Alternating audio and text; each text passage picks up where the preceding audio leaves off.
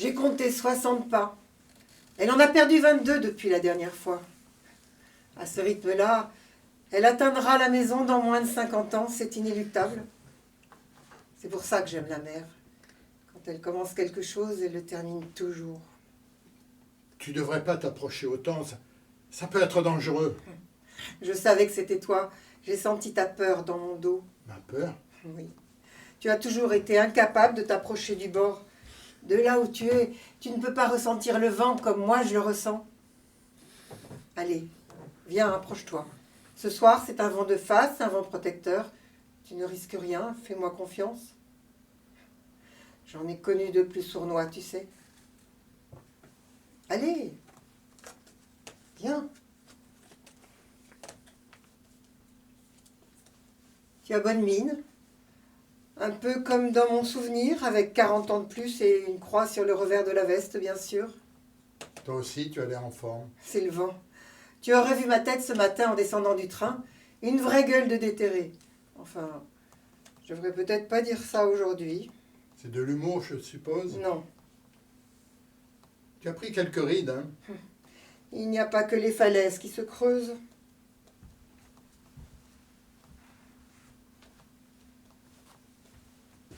On ne s'embrasse pas. Pourquoi? C'est des choses qui se font entre frères et sœurs, surtout après 40 ans. 40 ans et 6 mois. Non, je ne préfère pas, excuse-moi. C'est quoi? C'est mon uniforme qui t'empêche de m'embrasser? Tu sais, tu ne risques rien, hein. S'il y a bien quelque chose de pas contagieux, c'est bien la foi. Oh, ça je sais. Sinon, il y a longtemps que j'aurais été contaminée. Parce que là où j'ai traîné, des curés, j'en ai vu. Heureux les oubliés, le royaume de Dieu vous appartient. De vrais agents immobiliers du paradis. Je n'en ai trouvé aucun pour me proposer une place sur cette terre. C'est peut-être pas dans nos attributions. Alors si c'est pas mon uniforme, qu'est-ce qui t'empêche de m'embrasser? Le geste. Le geste? Tu as toujours été incapable de t'approcher du bord. Alors forcément, ce serait à moi d'aller vers toi. Ce serait à moi de faire le premier pas. Et une fois de plus, tu t'en sortiras avec le beau rôle. Mais c'est pas de la mauvaise volonté. Tu me connais, j'ai toujours eu le vertige. Oui, comme tu as toujours eu de bonnes excuses. Au fait, comment je dois t'appeler? Mon père, mon frère, Pierre, Pierrot? Comme tu préfères. Pierre, après toutes ces années, ça me semble pas mal, non? Pierre, ça me va. Comment as-tu appris la nouvelle? Tout à fait par hasard en lisant le journal. Enfin non, pas par hasard. En fait, j'adore lire les rubriques nécrologiques. J'ai connu des occupations plus gaies, hein. Si tu savais le nombre de personnes qui achètent le journal uniquement pour ça. J'aurais aimé te l'apprendre moi-même. Enfin, l'essentiel, c'est que tu sois là. On m'a dit que tu étais arrivé ce matin par le train de 11 heures. Ah bon? Tu étais au courant? Alors ça n'était pas vraiment une surprise? Je pensais pourtant avoir été discrète. Pas assez pour Madame Lemoine, elle t'a vu sortir de la gare. Ah putain! J'aurais dû m'en douter. Elle passe son temps à épier les gens, cette vieille peau. Quand elle m'a dit ça, j'ai pensé que tu viendrais au cimetière. Ah oui, tu me connais. J'ai toujours aimé décevoir, c'est dans ma nature. Enfin, c'est ce qu'elle disait, non?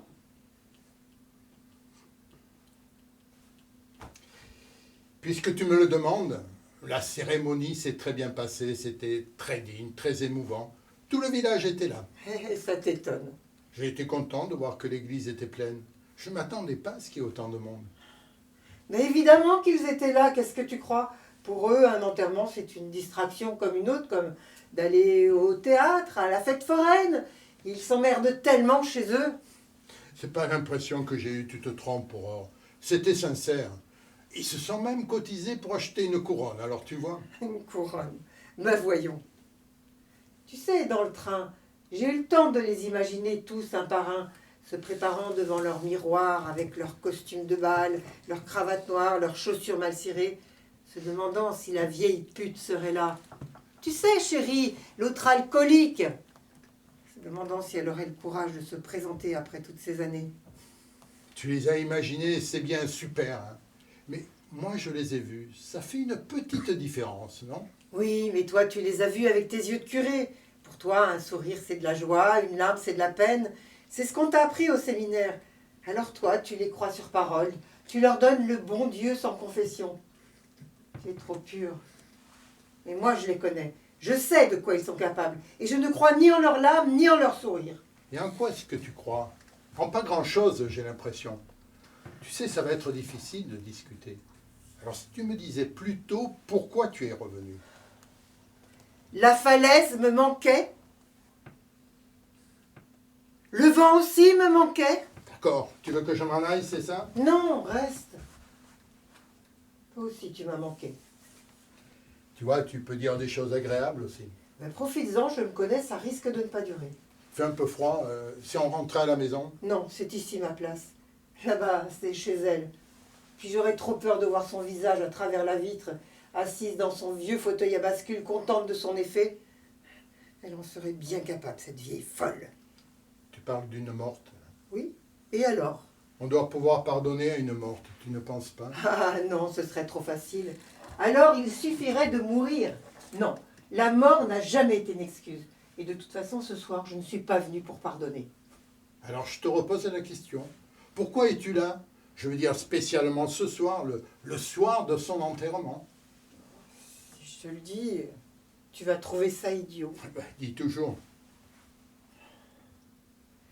Eh bien, parce que je voudrais que tu m'assures qu'elle est bien morte. Tu comprends? Il n'y a qu'en toi que j'ai confiance. Alors dis-moi, est-ce que tu étais là quand ils ont fermé le cercueil? Mais c'est ridicule, tu te rends compte? Oui, je sais, mais j'ai besoin de savoir. Alors tu y étais? Oui, j'y étais. Et c'était bien elle qui était dedans. Oui, c'était bien elle. Et quand les gars des Oh, pompes s'il te funèbres... plaît, Aurore, arrête. Quand ils l'ont emmené, tu y étais, mais tu es resté jusqu'au bout, jusqu'à la dernière pelletée de terre? Oui, je suis resté jusqu'au bout. Alors c'est vrai ce que disait le journal? Ils n'ont pas menti? Maman est morte! Oui, maman est morte. Ça me soulage de le savoir. Ouais, tu vois, j'ai bien fait de venir.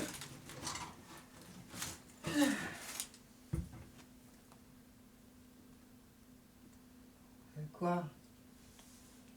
Qu'est-ce qu'il y a?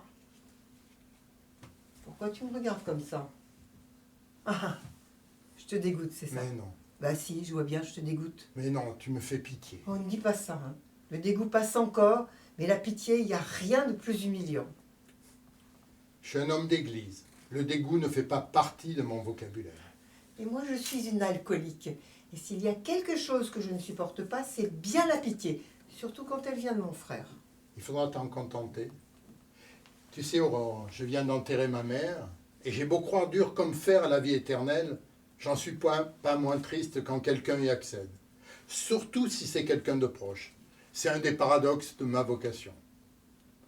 Alors je vais rentrer à la maison parce que je suis fatigué, parce que la journée a été longue, parce que j'ai un train à prendre, et je ne vois pas ce soir une raison pour le rater. Alors c'est ça. Tu vas faire comme les autres. C'est-à-dire?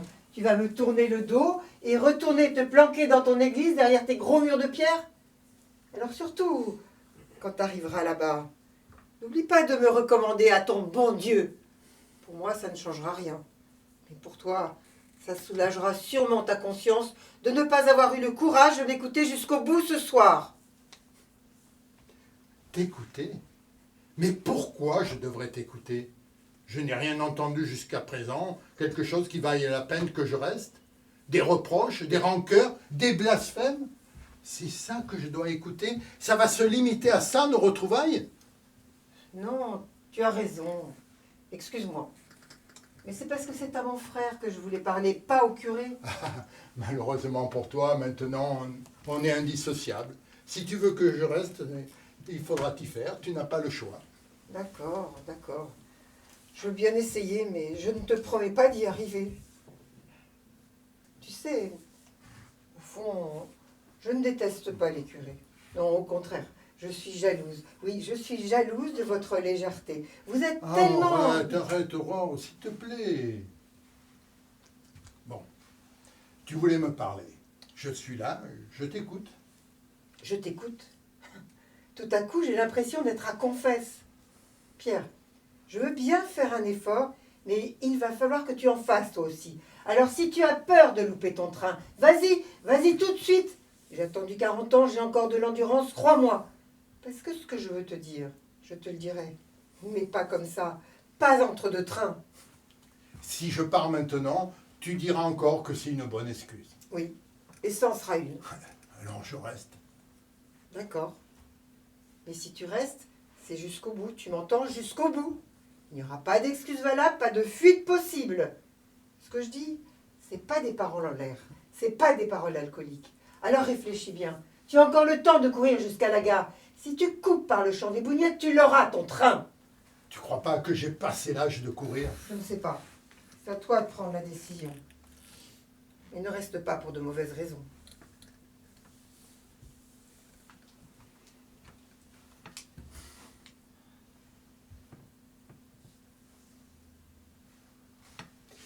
Tu te souviens des parties de foot que l'on faisait ici avec papa dans les buts? Il aimait pas perdre, il n'arrêtait pas de tricher. Moi, ça m'énervait. Toi, tu trouvais ça plutôt drôle. Il faisait ça pour te faire enrager. Et ça marchait à tous les coups d'ailleurs. C'est bizarre que tu sois devenu si calme aujourd'hui. Oh, mais j'ai le souvenir aussi d'une fillette aux couettes blondes, toujours prête à rire, qui n'arrivait pas à tenir en place. À croire qu'on a échangé nos rôles depuis. Tu avais les genoux écorchés, tu passais ton temps à courir dans tous les sens. Oui, ben moi aussi, j'ai arrêté de courir. Qu'est-ce qu'on a pu perdre comme ballon au bord de cette falaise? Oui, c'est vrai. Et il fallait en acheter un nouveau toutes les semaines. On a passé du bon temps ici tous les quatre. Tu sais, j'y pense souvent. Moi aussi. Même maman semblait heureuse à cette époque-là. Elle était, oui. Elle te l'a dit? Plusieurs fois, oui. Et tu la revoyais souvent? Oh, elle venait passer des week-ends dans ma paroisse, à Noël, à Pâques, et parfois à Pentecôte. Moi, personne n'est jamais venu me voir. Ni à Pâques, ni à Noël, et encore moins à la Pentecôte. Tu nous avais pas envoyé ton adresse. Comment voulais-tu qu'on te retrouve? C'est vrai, c'est de ma faute. Tu sais à quoi j'ai pensé tout à l'heure en entendant sonner les cloches de l'église? Non. Je me suis rappelé qu'autrefois j'avais été enfant de cœur. À cette époque-là, j'aimais bien aller à la messe. Le moment que je préférais, c'était le moment de la communion, quand l'abbé... Ah, comment il s'appelait celui-là déjà? L'abbé Chassagne. Oui, l'abbé Chassagne, quand il nous faisait signe d'avancer pour aller chercher les gens pour la communion. Il mettait la musique et on traversait l'allée centrale en rythme côte à côte dans nos aubes blanches, sous le regard des autres. Ah, ça me rendait fière. On allait jusqu'au fond de l'église et puis lentement on revenait sur nos pas et les uns après les autres se mettaient à nous suivre. J'adorais ce moment, pas toi? Oui. Il me semblait qu'on avait un rôle important à jouer, que sans nous, les gens n'auraient jamais pu aller communier. On avait quoi dans les 10 ans? Toi 11, moi 12. 11 ans. À 11 ans, on croit encore à la magie des églises. J'y crois encore à mon âge. Et les baptêmes, tu te souviens des baptêmes? Quand après la messe, on faisait semblant de ranger l'autel en attendant nos dragées, nos pièces de 10 francs. Ensuite, on courait à la sacristie pour comparer nos butins. Si je me souviens bien, tu avais du succès. Et les gens étaient beaucoup plus généreux avec toi. Ah oui, mais j'ai toujours partagé. Et pendant ce temps-là, l'abbé Chassagne finissait son vin de messe en se cachant derrière la porte de l'armoire. Il croyait qu'on ne le voyait pas. Tu fais pareil, toi aussi? J'aime pas trop le vin de messe. Qu'est-ce qu'on a pu rire pendant ces messes? Le moindre détail, on partait dans un fou rire. La vieille qui dormait au premier rang. Les chaussettes trouées du curé. Le gars qui se mettait les doigts dans le nez. Il suffisait qu'on se regarde pour éclater de rire. Plus redoutable, c'était les silences durant l'homélie. On avait beau baisser la tête, se cacher derrière nos mains, ça finissait toujours par se remarquer. Et l'abbé Chassagne se tournait discrètement vers nous en nous lançant un regard sévère pour qu'on s'arrête. Et ça nous faisait encore beaucoup plus rire. Est-ce que tes enfants de cœur ont des fous rires aussi? Oh, ça arrive, oui. Ah, et tu les laisses faire? Ça dépend, il m'arrive aussi de leur jeter un regard sévère. Il ne faut pas, Pierre. Il faut les laisser rire. C'est à eux qu'appartiennent les églises. Les autres, tous les autres ne sont là que pour de mauvaises raisons.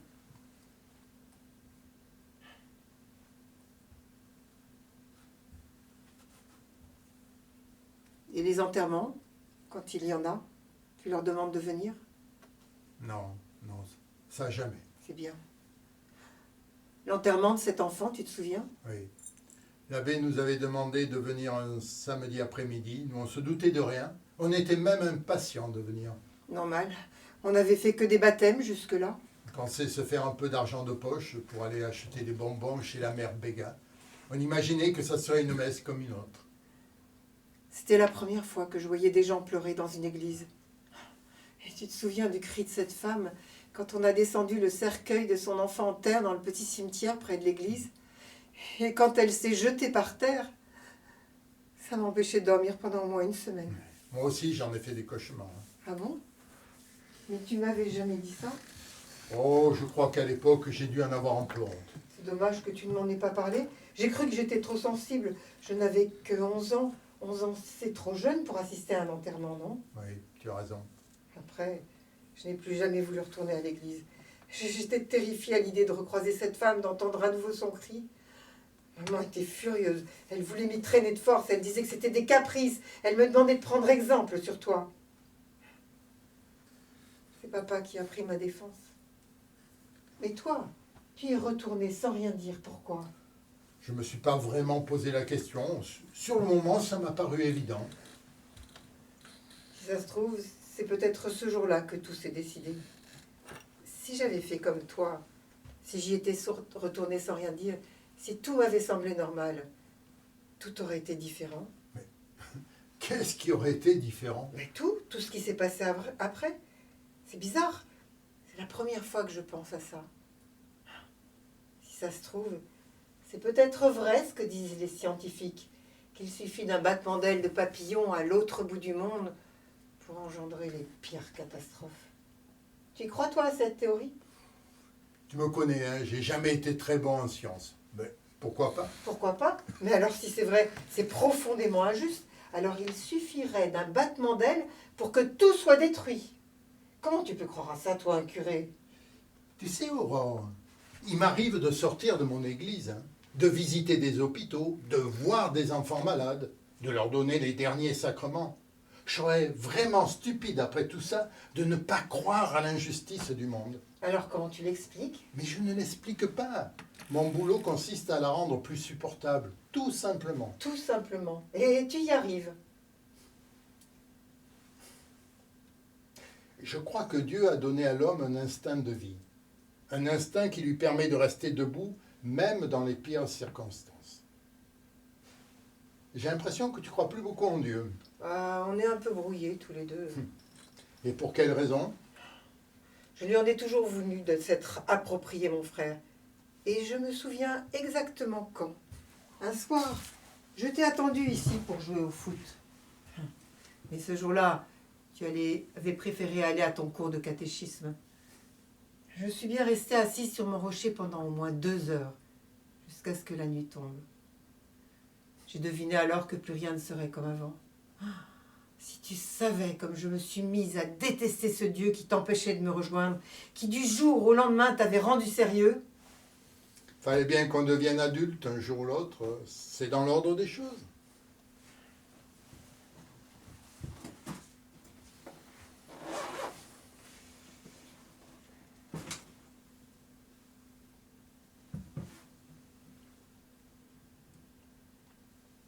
Le dimanche matin, quand vous partiez à l'église, maman et toi, papa m'apprenait à danser. Il paraît que quand il était jeune, c'était le meilleur danseur de la région. C'est d'ailleurs comme ça qu'il a rencontré maman, dans un bal. Elle était assise, il l'a invitée, enfin, c'est ce qu'il m'a raconté. Tu le savais, toi? Oui. Maman me l'avait dit il y a quelques années, mais je ne savais pas qu'il te donnait des cours. Ah, si. Vous étiez à peine partis qu'il s'empressait de pousser la table de la salle à manger contre le mur. Et il mettait de la musique. Toujours la même pour commencer. Le petit bal perdu de Bourville. Tu aurais vu comme il était heureux de m'apprendre à danser. Il disait même que j'étais douée. Tu étais doué en tout. Il n'attendait qu'une chose, c'est que je sois suffisamment grande pour m'emmener au bal avec lui. Je regrette tellement qu'il soit parti avant.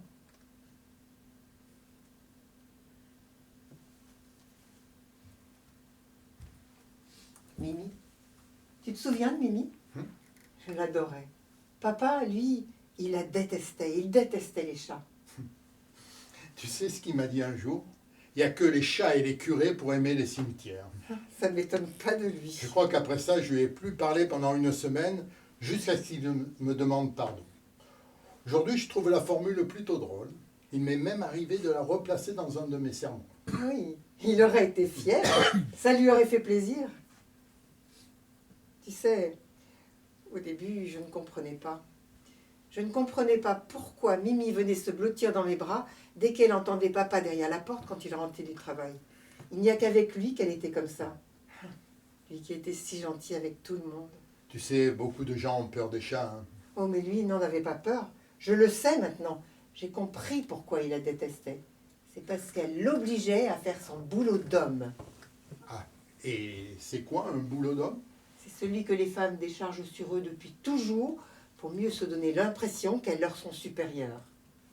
Écoute, là j'ai un peu de mal à te suivre. Hein. Mais quel est le rapport avec Mimi? Tu te souviens quand elle disparaissait pendant plusieurs jours, qu'on la cherchait partout? Maman nous disait qu'il ne fallait pas qu'on s'inquiète, que c'était dans sa nature de partir et que forcément elle allait revenir. Elle avait raison, elle est toujours revenue. Un dimanche, elle est venue miauler à la porte. Vous veniez juste de partir à l'église, maman et toi. Moi, j'étais dans ma chambre et j'attendais d'entendre la musique du petit bal perdu pour descendre. Comme je n'entendais toujours rien, au bout d'un moment, je suis allée dans la salle à manger. Ça m'a étonnée, rien n'avait bougé. Et puis j'ai entendu du bruit dans le garage. J'y suis allée.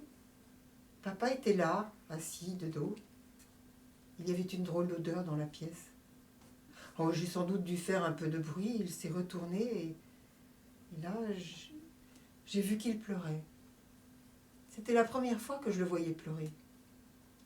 Et puis, brusquement, son regard est devenu dur. Il m'a hurlé de partir. J'ai eu la peur de ma vie. J'ai couru dans ma chambre, je me suis réfugiée sous le lit. Mimi était là, elle avait aussi peur que moi. J'ai voulu la prendre, elle m'a griffé. J'ai vu mon bras qui saignait, j'ai cru que j'allais mourir. Et puis j'ai entendu les pas de papa dans l'escalier. Alors j'ai couru, je me suis jetée dans ses bras. Il m'a consolée. Il m'a dit que ce n'était pas grave, qu'il ne fallait pas en vouloir à Mimi. Il avait toujours sur lui cette drôle d'odeur. C'est plus tard que j'ai compris que c'était l'odeur de l'éther. Tu vois, c'est elle qui devait lui dire de le faire, parce que c'était son rôle à lui de tuer les bébés chats. Et tu sais ce qu'il faisait de ces chatons? Il les mettait dans un sac et il les jetait par-dessus la falaise. Ça, elle ne te l'a jamais dit, n'est-ce pas? Non, Et tu ne t'en es jamais douté? jamais, mais tu aurais dû m'en parler. Oh, surtout pas. Il ne fallait surtout pas que tu saches que les chats sont des petits et que l'éther peut servir à autre chose qu'à désinfecter. Elle ne le voulait pas. Elle avait d'autres ambitions pour toi. Mais quand papa est mort, Ah, mais devine, tu crois qu'elle se serait sali les mains? Non, trop coquette pour ça. Alors c'est à moi, sa fille, qu'elle a demandé. Pas à toi, l'homme de la maison, non à moi. Elle disait que tu étais trop fragile, qu'il fallait te protéger, que tu voulais devenir curé. Tu vois que tu as toujours eu de bonnes excuses. mais tu aurais dû refuser, tu aurais dû m'en parler. C'était à moi de le faire, c'était mon rôle d'aîné. Écoute, c'est pas juste de me le reprocher aujourd'hui, vous faisiez ça dans mon dos. Comment aurais-je pu savoir? Mais je ne te reproche rien, Pierre. Ne crois pas ça. Ce n'était pas ton rôle d'aîné, ce n'était pas à toi de le faire. C'était son rôle à elle, c'était à elle de faire ça. Mais c'était peut-être au-dessus de ses forces. Pourquoi tu ne m'en as pas parlé? Oh, rassure-toi. Finalement, c'était pas si difficile. Au début, peut-être. Mais à force, j'ai fini par m'y habituer. Il n'y a que l'odeur de l'éther que j'ai encore du mal à supporter aujourd'hui. Et tu vois, le plus dur, ça n'a pas été de tuer tous ces chatons. Le plus dur, ça a été d'en garder un. Avec les morts, on peut toujours s'arranger. Mais avec les vivants, c'est beaucoup plus difficile. Ça vous hante. Ce chat, c'était Berlioz? Oui. Mimi se faisait vieille. Maman m'a demandé d'en garder un. Elle voulait un mâle. Elle voulait une femelle. Et j'ai choisi un mâle. C'est la première fois que je lui ai désobéi. Mais tu comprends, je ne voulais plus sentir cette odeur d'éther. Oui, oui, je comprends, oui. Berlioz, je n'ai jamais pu le prendre dans mes bras. Dès que je le voyais, Je pensais à tous les autres, tous ceux que je n'avais pas choisis. Ah, ça, je peux dire que je l'ai détesté, ce putain de chat. Mais tu n'as rien à te reprocher, Aurore. Tu as fait ce que tu devais faire et ce que j'aurais fait à ta place. À ma place. Ah, c'est facile à dire aujourd'hui, mais tu n'as jamais été à ma place. En revanche, j'ai souvent été à la tienne.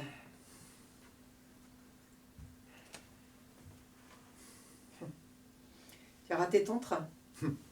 Est-ce que tu m'as vu courir? Non, mais t'aurais dû. Pourquoi? Quoi que je fasse, tu finis toujours par me le reprocher. Pourquoi?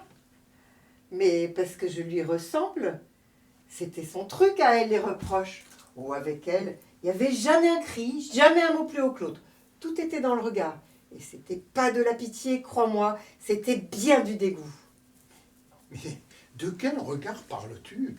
Je comprends rien à ce que tu dis. À croire qu'on ne parle pas de la même personne. Et c'est vrai, la femme que je viens d'enterrer ne ressemble en rien à celle que tu me décris. Vraiment. Vraiment, moi j'ai les souvenirs d'une femme discrète, courageuse, autoritaire, mais jamais injuste. Une femme qui s'est consacrée à ses enfants. C'est comme ça que tu la voyais? Mais elle n'avait pas la fantaisie de papa. Elle préférait rester à la maison plutôt que d'aller au bal. Mais ça, c'était dans son caractère. Mais c'est pas vrai. Mais tu es tellement facile à berner. Tu vois, c'est comme tout à l'heure là, avec les gens du village. Ils étaient tous là. Et toi, bah, t'as rien vu. Ou du moins que ce que tu voulais voir. J'ai vu ce que je devais voir, ce que n'importe qui d'autre aurait vu. Sauf toi, évidemment. Excuse-moi de ne pas avoir le don de clairvoyance que tu as. Et pour ça, je te plains. Ça doit être difficile, non, de vivre parmi les idiots quand on a une telle lucidité. Ça y est, tu vois, tu viens au sarcasme. Ah, je suis contente. J'avais peur d'avoir une fois de plus le mauvais rôle. Pourtant, c'est celui que tu préfères, non? Être seul contre tous, c'est beaucoup plus valorisant. L'humilité, c'est pas très photogénique. Hein. L'humilité, ça fait les curés, les gens sans histoire. Tu sais, ceux qui vont dans les enterrements par désœuvrement. Tu sais, Pierre, je n'ai pas choisi de tuer ces bébés chats. Mais tu n'as pas refusé non plus. Si tu savais comme c'est dégueulasse ce que tu viens de dire, tu t'en voudrais. Alors tu crois vraiment que j'avais le choix? Bien sûr que tu l'avais. Non, je mais l'avais si. pas. Non. Mais si. Non, si je tu ne l'avais pas, bordel de merde, non. C'était un accord tacite entre elle et moi. Le seul accord qu'on ait jamais eu toutes les deux. Tu vois, on n'a même pas eu besoin de se parler. C'était évident que cette bouteille d'éther me revenait. Ça aussi, tu l'as lu? Ça aussi, tu l'as lu dans son regard? Oui, j'ai lu que c'était à moi de prendre ma part de la dégueulasserie, à moi seule, qu'il fallait que je l'assume. Elle a dû penser que ce serait plus facile pour moi. Et tu sais pourquoi? Parce que je n'allais plus à l'église. Elle a dû croire que les gens qui n'ont pas peur de Dieu peuvent encaisser toutes les hontes. Mais c'est faux. C'est des conneries tout ça. La honte, ça reste la honte avec ou sans Dieu. Mais tu crois vraiment qu'une mère peut souhaiter ça à son enfant? Je ne sais pas. Je n'en ai connu qu'une. Mais celle-là le pouvait, oui. Mais tu entends comme tu parles. Tu dis une mère, son enfant. Tu ne peux pas t'empêcher de faire des généralités alors que derrière chacun d'eux se cache une histoire. C'est sans doute ce qu'on t'a appris au séminaire, à mettre de la distance entre toi et les mots. Alors comment veux-tu qu'on se comprenne? Moi, c'est de cette histoire-là dont je veux te parler. Le genre d'histoire qui ne s'apprend pas dans les livres saints. Le genre d'histoire qui se raconte le soir, à voix basse, bien des années après. Tu ne peux pas te contenter de regarder les façades sans aller voir derrière ce qui s'y passe, comment les gens vivent. Sinon, c'est tricher. Ce qui est triché, c'est surtout de ne pas avoir la même vision que toi. Tu me reproches de faire des généralités, mais pourquoi? Tu as si peur que ça, que toi aussi tu fasses partie du monde, que d'autres avant toi éprouvaient les mêmes drames? Je vais te dire une chose, au risque de te vexer. Mais des gens comme toi, j'en ai rencontré des milliers depuis que je suis prêtre. Il y en a dans toutes les paroisses. Des aristocrates de la souffrance. Voilà ce que vous êtes. Et vous pensez que vous êtes unique. Mais non, vous vous ressemblez tous. Même vos histoires se ressemblent. Et vous pensez que personne ne peut vous comprendre. Mais si un jour, quelqu'un vous propose d'échanger votre souffrance contre un de ses sourires, alors là, vous vous recroquevillez dans un coin en la serrant fort contre vous pour qu'il ne puisse pas vous en décharger. Et ce sourire, vous ne le voudriez pas, car vous savez très bien que sans cette souffrance, vous n'êtes rien. Alors réfléchis bien, Aurore. Es-tu sûr que ce soit nous les tricheurs? Tu as raison, sauf sur un point. Ce n'est pas à la souffrance qu'on s'attache, ça n'est qu'un symptôme. C'est à sa cause. Et dans ton cas, la cause, ça a été quoi? La haine! C'est à ça que je me suis accrochée, à la haine, à m'en casser les ongles. Personne n'aurait pu m'en décrocher, même pas les vents contraires. Si c'est vrai, je te plains. Je te plains vraiment. Mais pourquoi me plaindre? La haine est un moteur comme un autre. Toi, tu vis dans l'amour de Dieu, moi dans la haine de ma mère. À chacun ses motivations. L'important, c'est de rester debout coûte que coûte, non? Non, pas à n'importe quel prix. Ah, c'est facile pour toi de dire ça, tu as eu ma part. Mais tu crois que je ne l'ai pas revendiqué moi aussi à une époque, mon petit bout de paradis? À 14 ans, une fille qui sourit, c'est toujours plus désirable, non? Mais qu'est-ce que tu crois? Que je suis née avec, c'est ça? Mais c'est comme tout, ça s'apprend la haine, petit à petit, au jour le jour. Ah, si tu savais les efforts que ça demande. Ça n'est pas donné à tout le monde de haïr. C'est d'ailleurs pour ça qu'il y a tant de gens qui pardonnent. Mais tu entends ce que tu dis? Tu en parles comme d'un sacerdoce. Ah oui, ça l'est. Enfin, pas au départ. Au départ, c'est un peu comme une maladie honteuse, ça s'immisce en vous. Et puis petit à petit, on s'y habitue et à défaut d'autre chose, on s'y attache même. Et ça devient comme un devoir de mémoire. Parce que c'est vrai, au fond, c'est le seul héritage qu'elle m'ait vraiment laissé.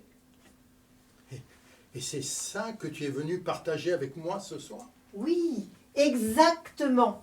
Et je suis décidée à t'en laisser une part. Mais ne compte pas sur moi. Si c'était pour ça, c'était pas la peine de me demander de rester. Ah, peut-être, mais de toute façon, il n'y a plus de train avant demain matin. Alors il faudra bien que tu la reprennes, ta part. Que tu le veuilles ou non. Après, t'en feras ce que tu voudras.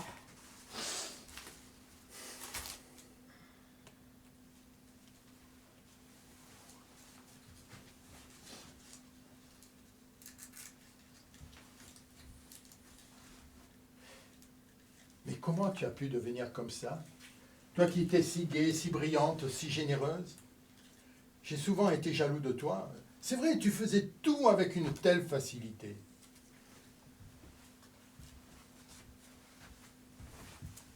Tu te souviens que tu m'aidais pour mes devoirs de mathématiques? Tu avais beau ne pas connaître la leçon, ne pas connaître les théorèmes, il suffisait que tu les lises pour aussitôt tout assimiler. Et jamais tu n'as refusé de m'aider. Hein. Je voulais que tu termines vite tes devoirs pour que tu viennes jouer avec moi dehors. Plus tard en pension, ça a été difficile pour moi. J'ai souvent regretté que tu ne sois pas là. D'ailleurs, j'ai failli rater mon bac à cause des mathématiques. Hein. Ça s'est joué à 1 point. Oui, mais tu l'as eu, tu vois, tu n'avais pas besoin de moi. Mais toi, si tu avais continué, tu aurais pu faire de grandes études. Je sais pas moi, devenir médecin. C'est ça que tu voulais, non? Devenir médecin. Tu as toujours aimé t'occuper des autres. C'est vrai, ça m'aurait plu. J'ai choisi une autre voie. Remarque, je suis toujours restée dans le milieu médical.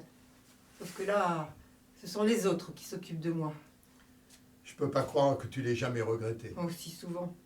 Tu sais, je n'ai pas arrêté mes études sur un coup de tête. Contrairement à ce que tu pourrais penser, je réfléchis longtemps avant de prendre mes décisions. Celle-là m'a facilement pris 2 ans. C'était à cause d'un homme? Quoi? Bah, je veux dire une histoire d'amour. Une histoire d'amour?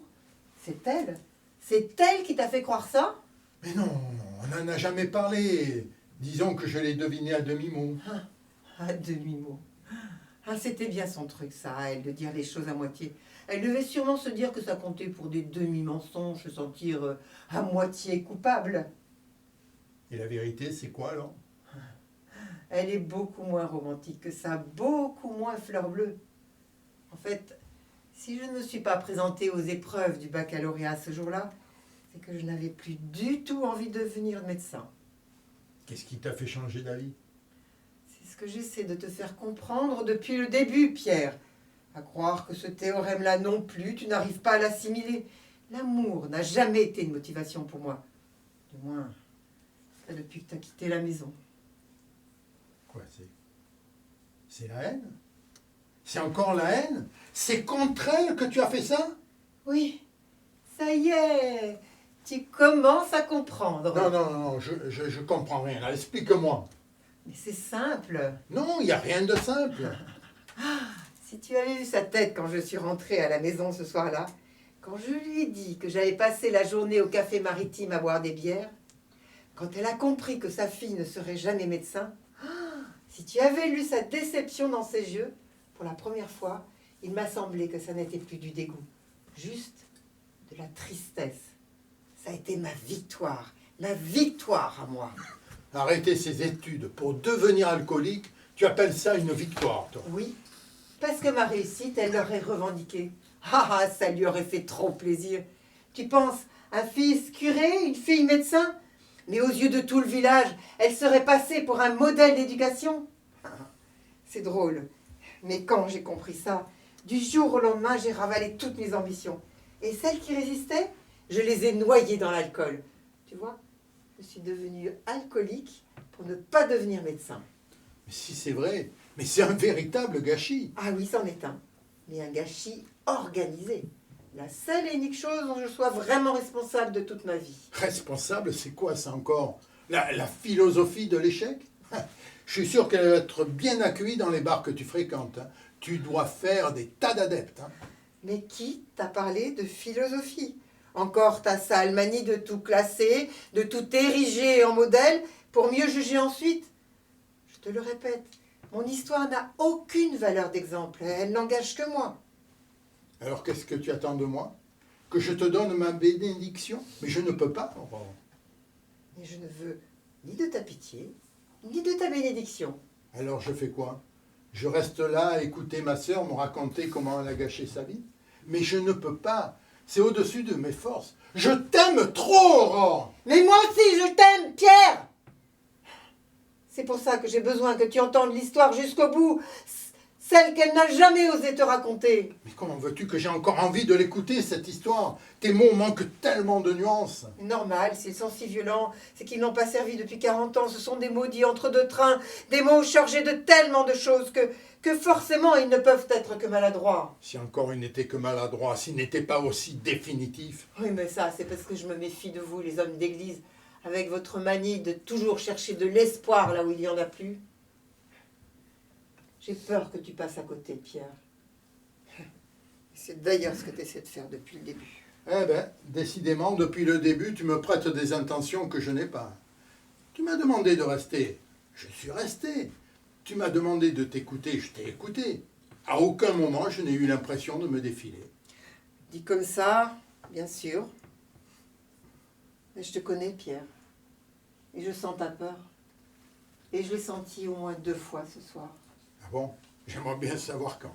La première fois, quand tu n'as pas voulu t'approcher du bord de la falaise. Et j'ai le vertige. Et la seconde? C'est quand je t'ai parlé de ce pacte tacite entre elle et moi. À aucun moment tu n'as posé de questions. À aucun moment tu n'as cherché à savoir en quoi il consistait ce pacte. Bon, c'était que ça? Excuse-moi de ne pas l'avoir relevé. J'ai cru qu'il s'agissait d'une simple formule, que tu essayais de dramatiser l'histoire.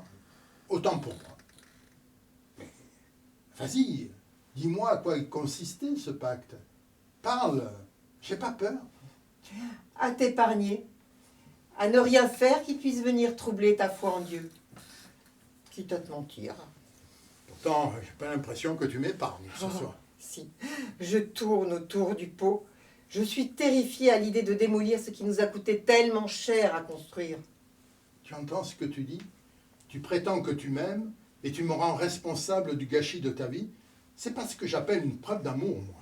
Mais je ne veux te rendre responsable de rien, Pierre. Ne crois pas ça. Le gâchis, c'est venu après, c'est moi qui l'ai choisi. Mais au départ, c'était autre chose. C'était un sacrifice. Quoi? Un sacrifice? Rien que ça. Oui, je me suis sacrifiée pour toi. Tu veux peut-être que j'en parle à mon évêque? Il acceptera peut-être qu'on mette au-dessus de la porte de la maison « Ici vécut Aurore Mansart, vierge et martyre ». Je ne suis pas sûre que le mot vierge me convienne. Ah bon? Parce que celui de martyr, oui. Je vois bien que je t'ai choqué en employant le mot de sacrifice. Pourtant, vous en avez fait votre spécialité. Il y a de belles collections de martyrs dans vos églises.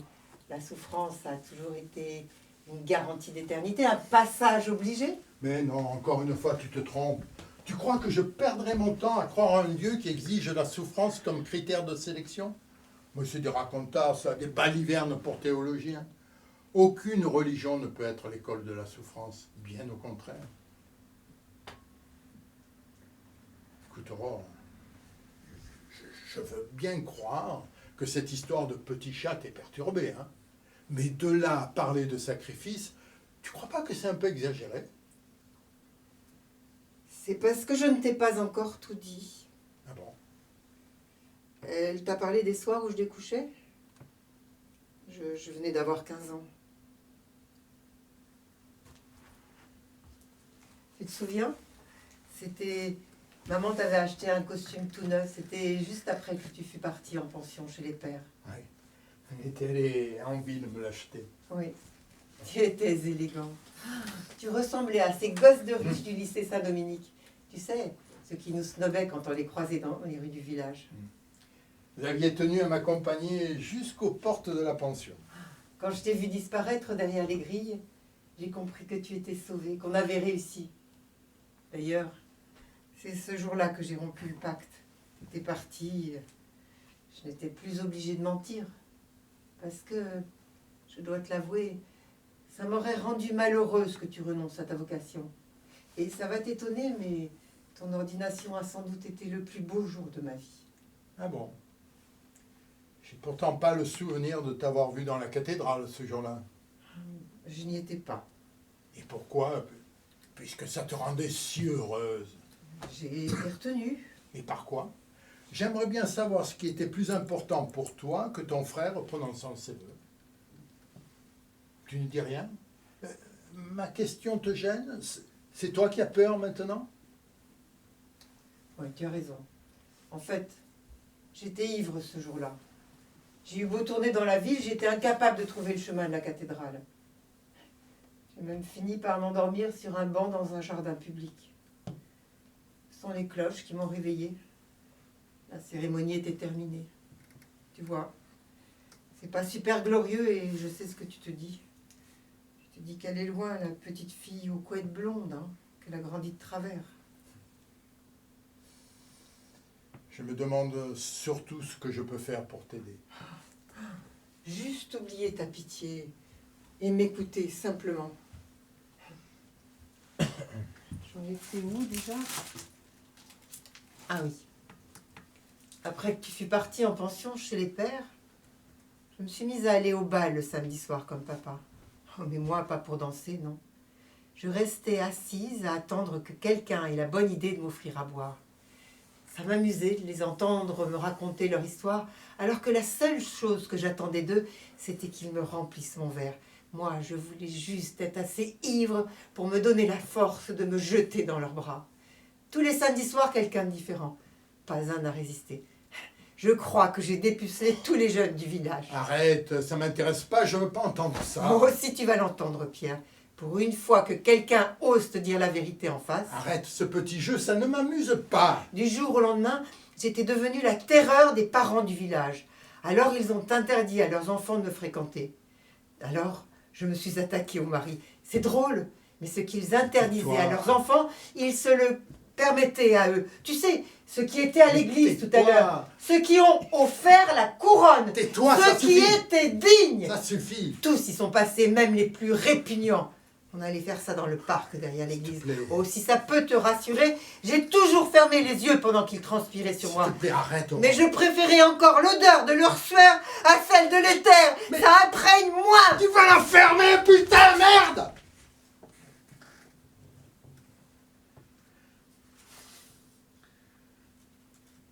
Tu es contente, hein? Tu as eu ce que tu voulais. Tu m'as mis hors de moi.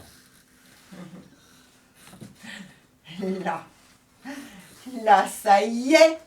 Tu le sens qui te monte à la gorge le dégoût? Là, il n'y a plus de place pour la pitié, hein, petit frère? Tu vois comme ça peut être contagieux, la honte? Et c'est pour ça que je les ai supportés sur mon ventre, tous ces salauds. Parce que je savais qu'elle finirait par l'apprendre un jour ou l'autre. Et que ce jour-là, j'en souffrirais comme elle en a souffert. Que toute sa vie, elle baisserait les yeux en allant faire ses courses. Que toute sa vie, elle subirait les chuchotements et les regards en coin à la sortie de la messe. C'est ça l'avantage des villages. Ça n'oublie pas.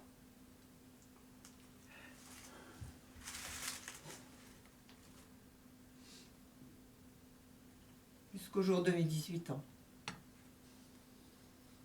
Ce soir-là, je suis sortie. Elle a dû croire que j'allais au bal. Je suis allée à la gare avec ma petite valise. J'ai pris le premier train direction Paris. Dans les grandes villes, je passe inaperçue et je ne suis jamais revenue avant ce soir.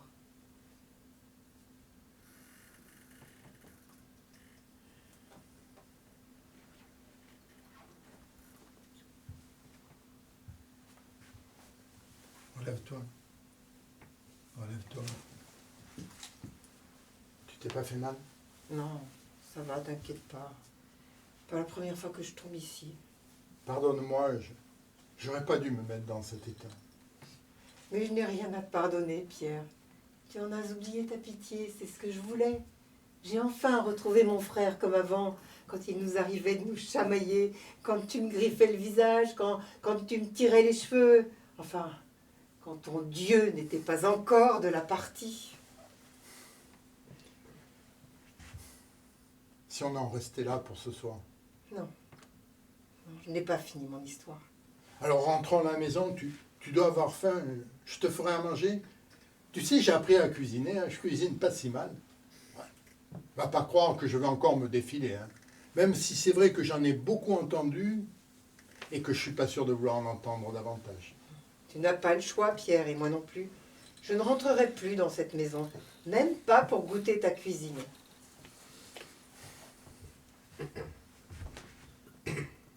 C'est bizarre, hein. Tu la détestes tellement et en même temps... Oui, continue. Tout à l'heure, là, quand tu étais au bord de la falaise, Hein? pendant un instant, je me suis dit... Que c'était elle? Disons que l'idée m'a troublé. Tu t'es dit le portrait craché de maman, c'est ça? Non, disons un air de famille. Un air de famille, tiens. En voilà encore une belle injustice.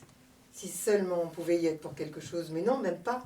Et tous les matins, on se regarde devant le miroir et un jour, on se dit, le même nez, les mêmes yeux, la même bouche. C'est sans doute pour ça qu'il n'y a pas de miroir dans les cliniques psychiatriques. Pour moi, c'était un compliment. C'était une très belle femme. Peut-être. Moi, je ne m'en souviens pas. Ce n'est pas juste. Je n'ai rien de papa. J'aurais mérité de lui ressembler au moins un peu, non? Je suis sûr que tu danses aussi bien que lui. Plus maintenant. Après sa mort, je n'ai plus jamais dansé.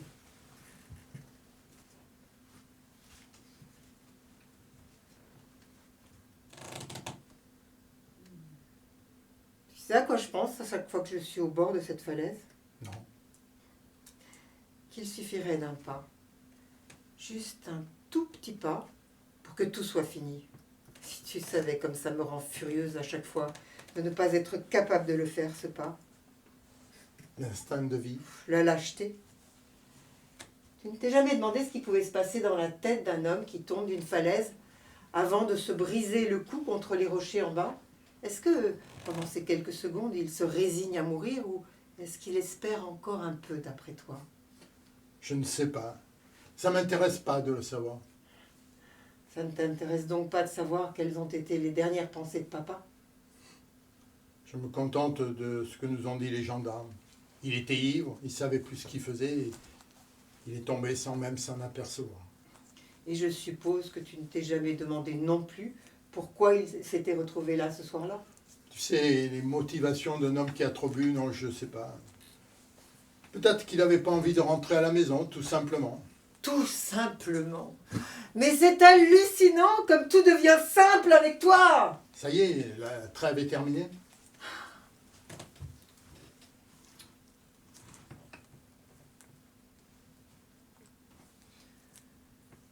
Il est rentré à la maison ce soir-là.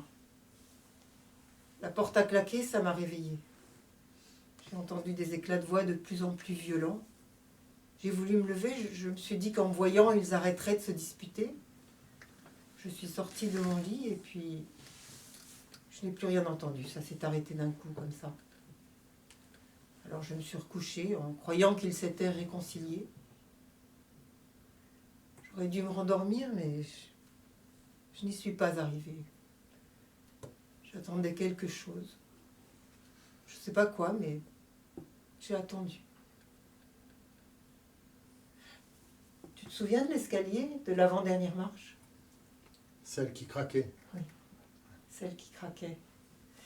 Eh bien, c'est ça que j'attendais sans le savoir, de l'entendre craquer. Elle est venue dans ma chambre, elle s'est assise sur mon lit et elle m'a pris la main, comme le jour où elle m'a demandé pour les petits chats. Elle s'est mise à chuchoter. Je n'ai pas tout entendu, mais j'ai compris qu'elle me demandait de la suivre. On a pris l'escalier et on a enjambé l'avant-dernière marche pour ne pas te réveiller.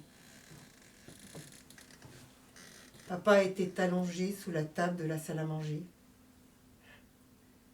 Il y avait un chandelier couvert de sang à côté de lui. Je ne crois pas avoir pris conscience à ce moment-là de ce qui se passait vraiment. Maman me parlait, mais je n'entendais pas ce qu'elle me disait. Je crois qu'elle avait peur qu'on nous mette dans un foyer, qu'on la mette en prison, quelque chose comme ça. Jamais je n'aurais imaginé que papa pesait si lourd. On l'a pris chacune par un bras et on a tiré de toutes nos forces. Dehors, il pleuvait et je me souviens de m'être dit que son costume de bal allait être sali et qu'il ne serait pas content de le savoir. On a bien mis une demi-heure pour arriver jusqu'en haut de la falaise. Ensuite, maman a pris papa par les pieds, moi les épaules, et on l'a fait basculer dans le vide. Aujourd'hui, je me pose encore la question de savoir s'il était bien mort quand on l'a poussé.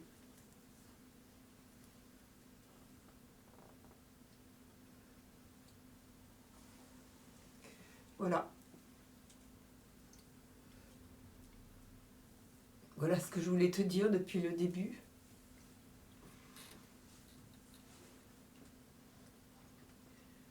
Voilà pourquoi j'ai parlé de sacrifice.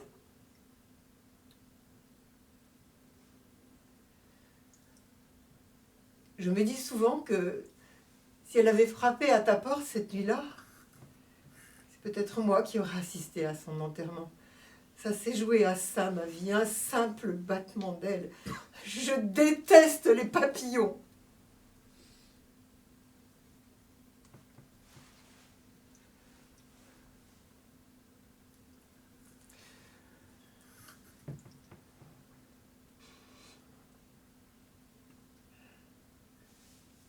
Dis quelque chose. Pierre, Pierre, s'il te plaît, dis quelque chose. Regarde-moi au moins. Tu as sûrement des formules toutes prêtes pour ce genre de choses. Ne reste pas silencieux. C'était son arme à elle, le silence. Pierre, Pierre, s'il te plaît.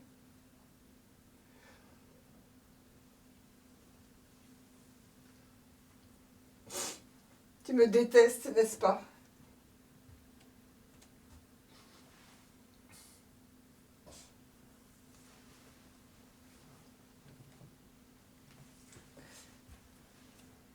Pourquoi je te détesterais? Pourquoi? Mais pour tout ce que je viens de te dire. Regarde-moi, Aurore. Regarde-moi. Et toi qui lis si bien sur les visages, dis-moi ce que tu lis sur le mien. De la tristesse, de la peur, du dégoût? Je sais pas, sans doute un peu détroit. Non, non. Rien de tout ça. Tu vois comme ça peut être trompeur, un regard. Alors quoi? Quoi? Qu'est-ce que je devrais y lire? De l'amour. L'amour d'un frère pour sa sœur. Mais comment tu peux dire ça après ce que je viens de te dire? Tu dois me détester, tu mens! Non, c'est la vérité. Non, tu mens! J'ai menti, oui, mais tout à l'heure. Quand ça? Quand je t'ai dit qu'on n'avait plus de nouvelles de toi, c'est pas tout à fait vrai. Un jour, j'ai reçu un coup de fil d'un ami prêtre, un ami qui travaillait à la clinique Sainte-Isabelle. L'abbé Chantraine, tu t'en souviens? Oui. Il m'a annoncé qu'on t'avait ramassé dans le métro tellement ivre que tu étais tombé sur les rails. C'était la veille de Noël, maman était chez moi. J'ai pas eu le courage de le lui cacher. Quand elle l'a appris, elle a éclaté en sanglots. Elle a mis son petit manteau, elle a voulu venir te chercher. Je l'en ai empêché. Pourquoi? Tu avais honte de moi, c'est ça? Je me suis dit qu'on ne tombe pas sur les rails du métro sans de bonnes raisons. Et ces raisons, tu ne voulais surtout pas les connaître. Non, encore une fois, tu te trompes. Tu te trompes quand tu me crois si naïf. Tu crois que j'ignorais tous les non-dits, tous les mensonges. Si maman faisait ça, c'est pour m'épargner, pour que je garde de vous l'image d'une mère et d'une sœur. Et c'est ce que je me suis efforcé de faire jusqu'à sa mort.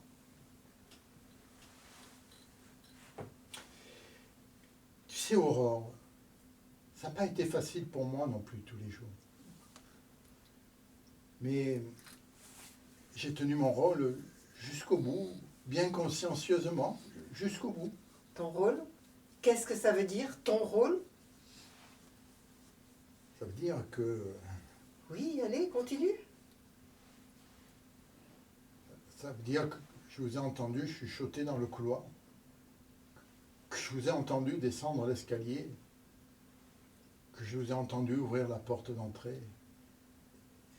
Tu sais ce que j'ai fait? Je suis allé à la fenêtre et je vous ai vu tirer le corps de papa sous la pluie. C'est pas vrai. C'est pas vrai. Tu mens, Pierre. Tu dormais, tu dormais. Non, je ne dormais pas. Non, tu mens, tu dormais. Non, c'est la vérité, j'ai assisté à tout. Mais tu n'as pas le droit de mentir, c'est dégueulasse ce que tu fais.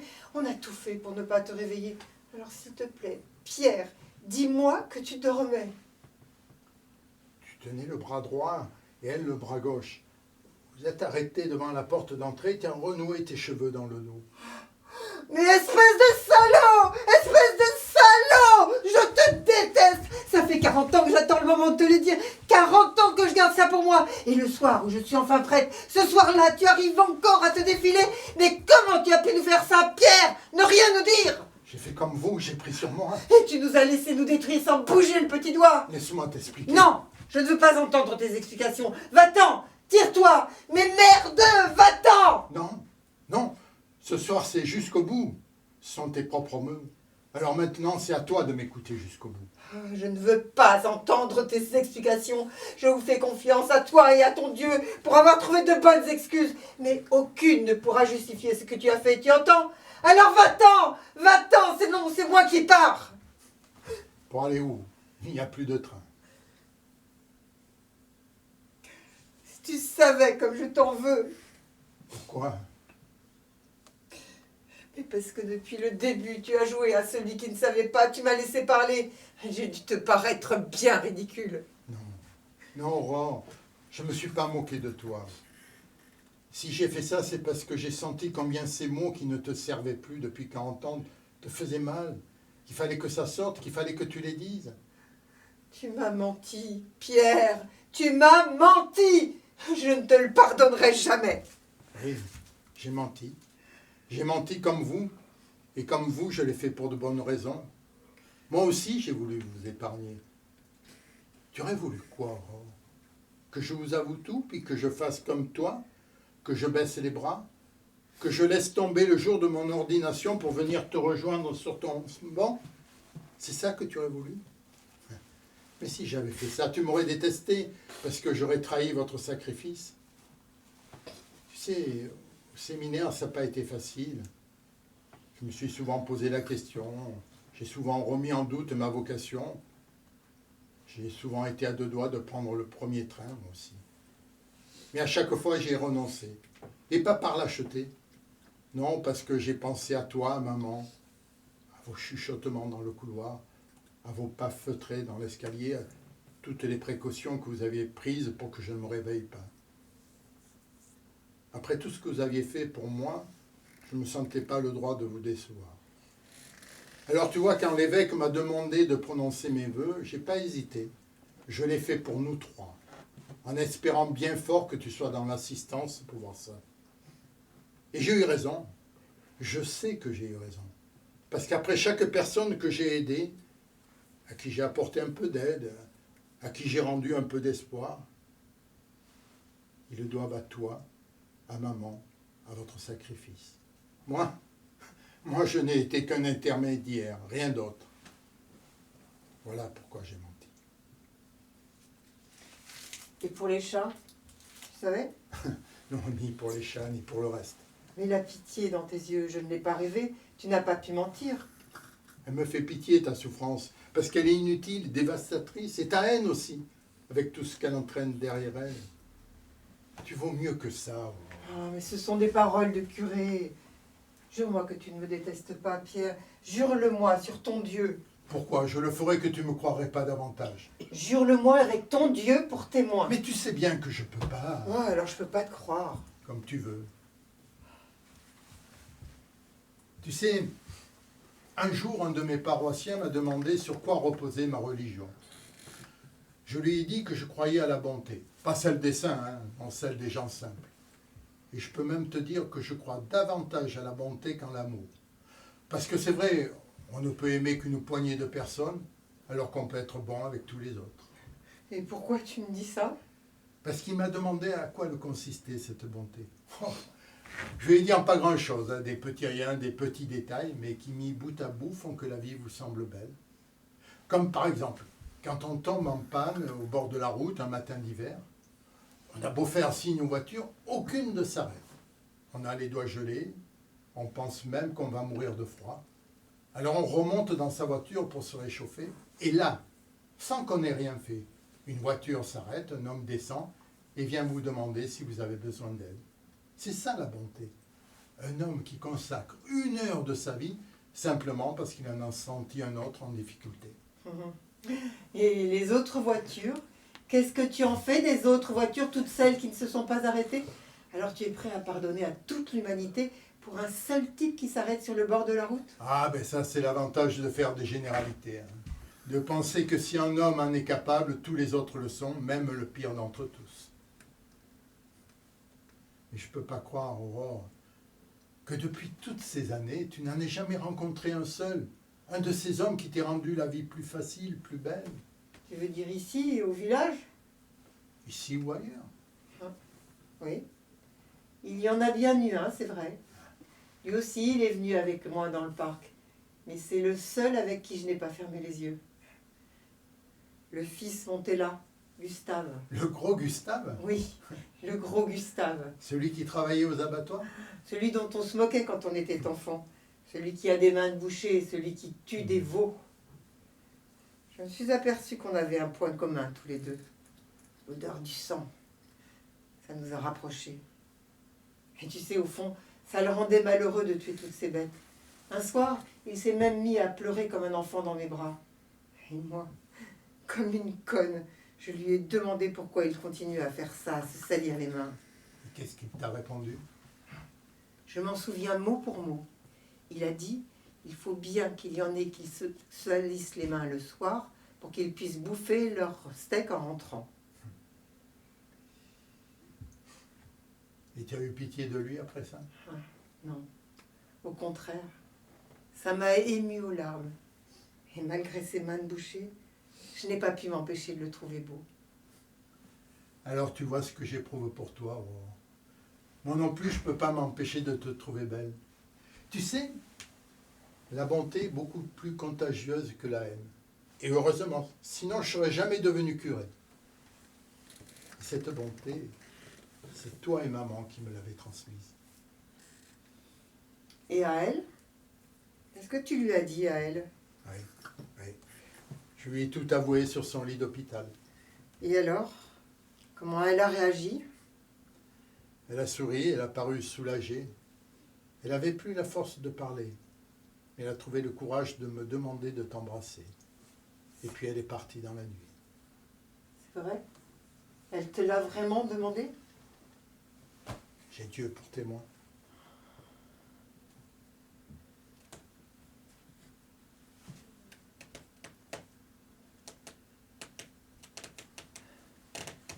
Alors qu'est-ce que t'attends pour le faire?